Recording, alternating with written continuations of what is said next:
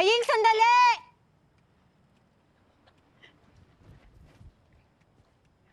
Maying!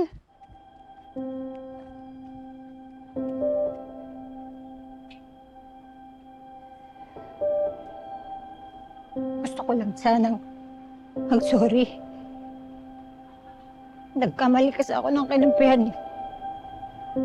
Masyado akong nabulag sa pera at kapangyarihan ng mga Victor noon. Siyempre,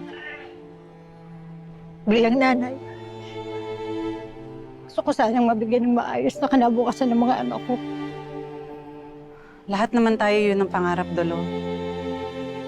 Mali lang siguro yung tinahak mong paraan. Oo nga eh. Kumapit ako sa patalim. Pero ako din yun ang sugatan. Nawalan ako ng anak. Siya ako ngayon. Hindi makauwi. Hindi ko alam kung nasa na siya ngayon. Hindi ko nga makontak. Alam mo, tama si Dagul eh. Hindi ako naging mabuting ila sa mga anak ko.